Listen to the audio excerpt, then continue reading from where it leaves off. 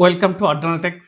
আজকে India versus West Indies quarter final match নিয়ে খুব উত্তেজনাপূর্ণ একটা ম্যাচ হতে চলেছে, ইডেন গার্ডেন্স হতে চলেছে। এই ইডেন গার্ডেন্স যেখানটায় ওয়েস্ট ইন্ডিজ এখনো পর্যন্ত একটাও তাদের টি-20 বিশ্বকাপের কোনো ম্যাচ হারেনি, আর এই সেই ওয়েস্ট ইন্ডিজের কার্লোস ব্রেথওয়েট যে কিনা এখানটায় 4-6 মেরে সেকেন্ড টাইমের জন্য ওয়ার্ল্ড চ্যাম্পিয়ন হয়েছিল টি-20 বিশ্বকাপের ইংল্যান্ডের এগেনস্টে, সেটা আবার বেন স্টোকসকে মেরে।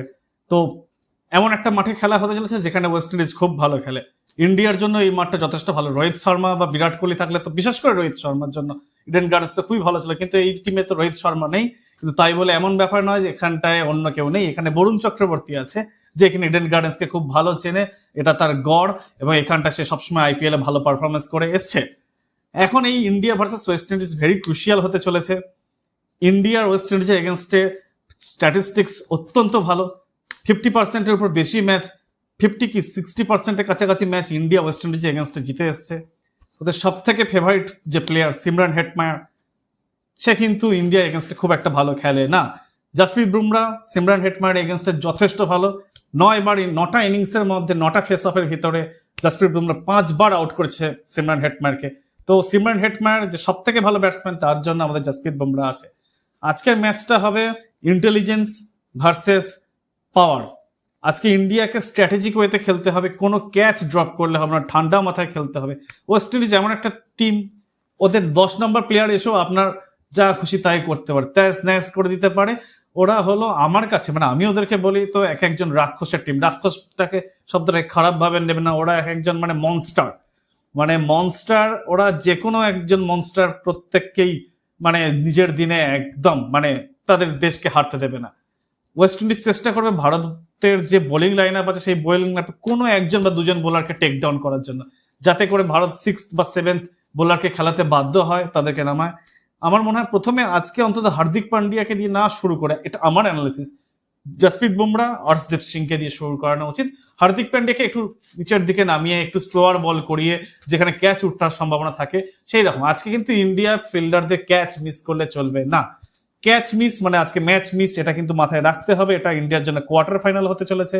ইন্ডিয়ার ব্যাটসম্যানদের কেও ভালোভাবে খেলতে হবে। খুব একটা ভালো বোলিং লাইন আপ আছে, খুব একটা ভালো বোলিং স্ট্রেংথ আছে এরকম না। ইডেনের পিচ প্রথম দিকে একটুখানি স্পিনারদের সাহায্য করলো, পরে আমাদের এখানে ডিউ পড়ছে, এখনো ঠান্ডাটা ঠিকভাবে যায়নি। আমি নিজে কলকাতার বাসিন্দা, তো কলকাতার বাসিন্দা হিসেবে বলছি, এই সময় যে ড্রাই ওয়েদার, এই সময় যেটা পাবে, যত রাত্রি হবে ঠান্ডা পড়ছে, ডিউ কিন্তু পড়ছে। জানি না মিডিয়া কি খবর করছে, ডিউ কিন্তু পড়ছে। টসে জিতলে প্রথমে ব্যাটিং নাও, একটা বড় রান, না সরি, এটা একদমই ভুল। টসে জিতলে যদি কেউ প্রথমে ব্যাটিং নেয় সেক্ষেত্রে খুব বড় ভুল করে ফেলবে। টসে জিতলে সেকেন্ডে ব্যাটিং নাও, ফার্স্ট ইনিংসে বল করো, যতটা কম রানে পারো আটকে রাখো। সেকেন্ড ইনিংসে কিন্তু বল করতে গেলে যথেষ্ট কষ্ট হবে, সেক্ষেত্রে প্রচন্ড মার খাওয়ার চান্সেস থাকছে। সেকেন্ড ইনিংসে বল গ্রিপ করতে পারবে না, ডিউ পড়ছে, ডিউ ফ্যাক্টর কাজ করবে। ইন্ডিয়ার যেহেতু প্রচুর আর্ম স্পিনার আছে, অক্ষর প্যাটেল আছে, বরুণ চক্রবর্তী আছে, এদের সাথে হার্দিক পান্ডিয়া যখন বল করবে, ইন্ডিয়ার জন্য ডিউটা একটা বড় ফ্যাক্টর হয়ে যাবে। সুতরাং প্রথমেই ইন্ডিয়াকে বোলিং করে ওয়েস্ট ইন্ডিজকে যতটা কম রানে আটকে রাখা সম্ভব আটকে রাখতে হবে, এবং ইন্ডিয়াকে ম্যাচটা আজকে জিততেই হবে কোয়ালিফাই করার জন্য। ইন্ডিয়া যদি আজকে কোয়ালিফাই করে তাহলে India versus south Africa semifinal হতে চলেছে, এবং সেটা ইন্ডিয়ার জন্য ভালো হবে। এবং প্রত্যেকটা ম্যাচ অলরেডি ইন্ডিয়াতে শিফটেড হয়ে গিয়েছে, এটা একটা গুড নিউজ ফর ইন্ডিয়া। কালকে শ্রীলঙ্কা যেভাবে ম্যাচটা লাস্টের দিকে শেষ করলো, ইন্ডিয়ান দর্শক বা পুরো ক্রিকেটীয় দর্শকদের জন্য একটা দুর্ধর্ষ অনুভূতি দিয়ে গেছে।